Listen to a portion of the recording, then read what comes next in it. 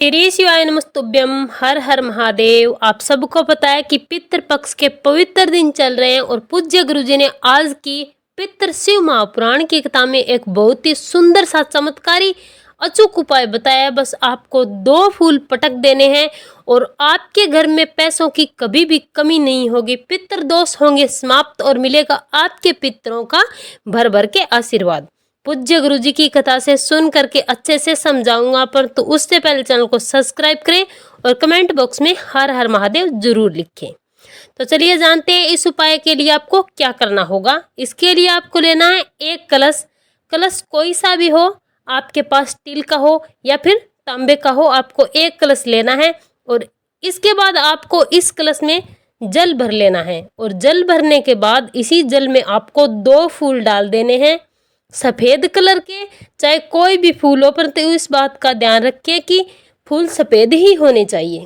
और इसके बाद इस कलश को लेकर आपको चले जाना है अपने घर के अंदर जो कमरे बने हैं उनमें से किसी भी एक कमरे के पास, चाहे कोई सा भी कमरा हो, उसकी चौखट पर आपको ले जाकर इस कलश को रख देना है।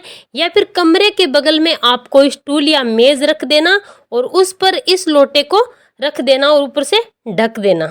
के बाद पूरा दिन यहीं पर पड़ा रहने दें। अगले दिन जब आप उठें सोकर, तो चाहे आप नहाएं या फिर ना नहाएं, सबसे पहले उस कलश को उठाकर आपके घर के मेन गेट पर चले जाना है, यानी कि मुख्य द्वार पर। और वहीं पर जाकर इस कलश में से दोनों फूल निकाल कर आपको यही मेन गेट पर पटक देने हैं। और इसके बाद कलश वाले जल को यहाँ पर पूरी तरह से छींट देना है, यानी कि छिड़काव कर देना है।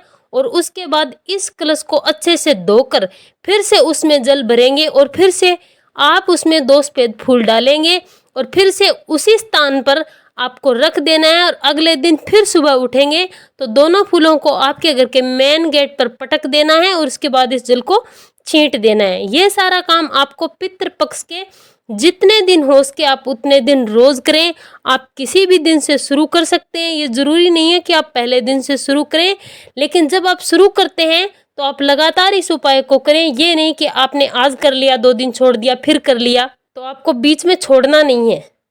अगर आप ये उपाय कर लेते हैं तो आपके घर में कभी भी धन की कमी नहीं होगी। पूज्य गुरुजी ने बताया कि जो भी व्यक्ति पितृपक्ष के दिनों में इस उपाय को कर लेता है उसके पितृ हमेशा खुश रहते हैं, आशीर्वाद देते हैं। उनके घर में पितृ दोष नहीं होता, उनके पितरों का मोक्ष हो जाता है।